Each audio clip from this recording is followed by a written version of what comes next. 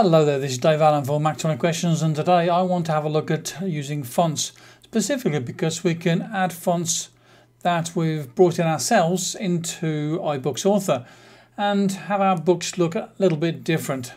So recently I bought the Mac Heist bundle, and within that there was something that has actually just emailed me to say that they're going to give me 40 free Mac fonts. Now, in the old days with my old PC computer, I had quite a lot of fonts on there because I used fonts with my signwriting business. But these days I don't tend to have that many on there. So I thought, well, let's have a look at these 40 free fonts and see what we can do with them. And I realised I didn't really know how to add extra fonts into a Mac because I'd never really done it before. So here we go, we've got these extra fonts. It's in this Finder window here.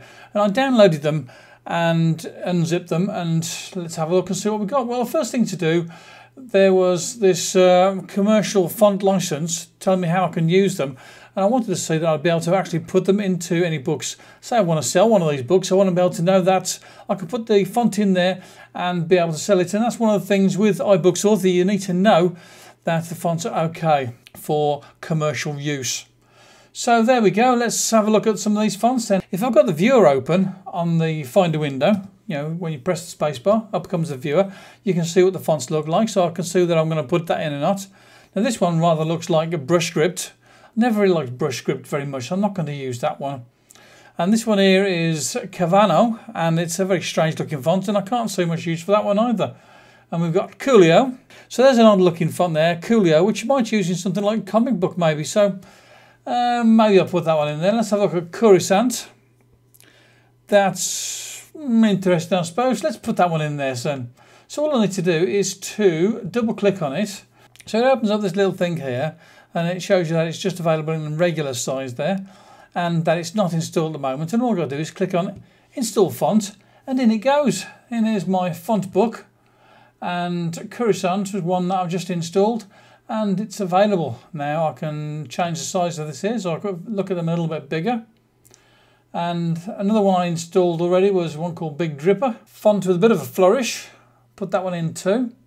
All from this 40 free fonts that I got. Now you don't want to have too many fonts in your system because it actually could slow the system down. So let's have a look and see what else we got. Dazzle, a bit kind of weird again. And this one here, another brush scripty type of font. Could be useful. And Discotheque, ooh, I like that one. And we've got a few others. A lot of these ones here are not going to be very useful. And these sort of old Englishy type ones, well, I'm not really that fond of those ones either. But so I'll select Lucky 7, Manberg OTF, and Matamoras all at the same time. And I'm going to drag it and drop them into user. Well, that worked. How about that then? So there's a quick way of doing it if you want to install a few fonts all at the same time.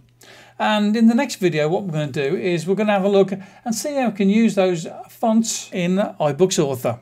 So this is Dave Allen for Mac 20 Questions. Bye-bye now. Talk to you again soon.